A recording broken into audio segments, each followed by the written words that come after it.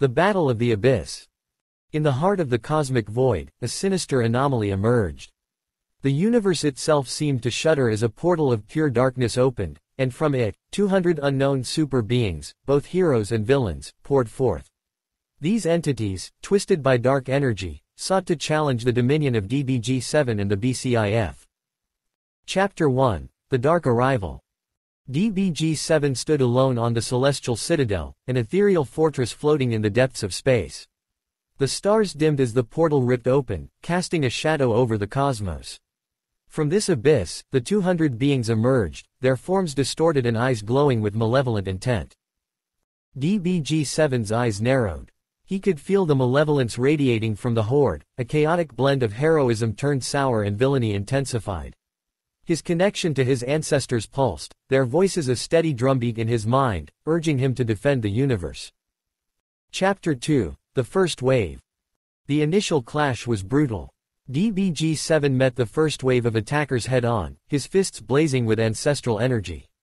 He moved like a tempest, every blow shattering bones and rupturing organs. But for every one he felled, two more seemed to take their place. They came at him with all manner of powers: energy blasts, psychic attacks, and brute force. Despite his limitless power, the sheer number of foes began to take its toll. Their attacks, fueled by the dark energy of the portal, were more potent than he anticipated. He summoned the spirits of his ancestors, forming a protective barrier around him, but the relentless assault began to chip away at his defenses. Chapter 3: The Horror Unleashed. The bottle's tide turned as the portal's dark energy seeped into DBG-7's mind, distorting his perception.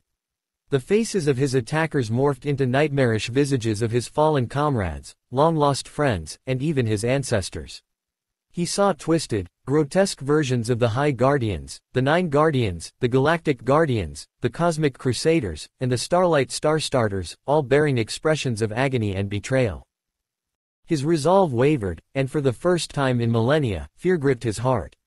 The dark beings capitalized on this, their attacks growing more vicious and coordinated.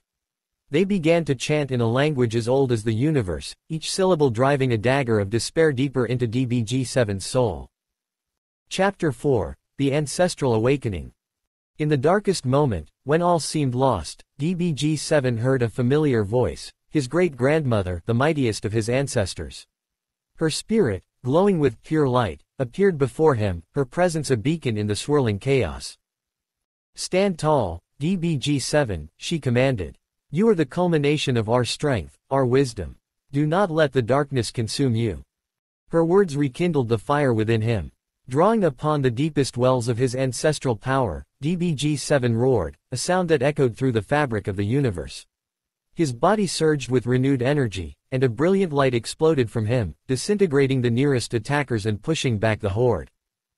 Chapter 5: The Final Stand. DBG-7, now a blazing beacon of ancestral power, launched his final assault. He moved through the enemy ranks like a comet, his light incinerating all in its path. The twisted beings, once so confident, now recoiled in terror. The dark energy of the portal faltered, and the connection to their power source weakened. In a climactic clash, DBG-7 reached the heart of the portal. He thrust his hands into the void, channeling all his power into one final, devastating attack. The portal shuddered and began to collapse, dragging the remaining dark beings back into the abyss. With a final, triumphant shout, DBG-7 closed the portal, sealing the darkness away. The void was silent once more, the stars regaining their light. He stood alone, battered but victorious, the echoes of his ancestors' voices a comforting whisper in the aftermath of the horror. Epilogue: The Eternal Vigil. DBG-7 returned to the Celestial Citadel, his resolve stronger than ever. He knew that the darkness would always seek to encroach upon the light, but as long as he drew breath, and as long as the spirits of his ancestors stood with him, the BCIF would remain the universe's unyielding guardians.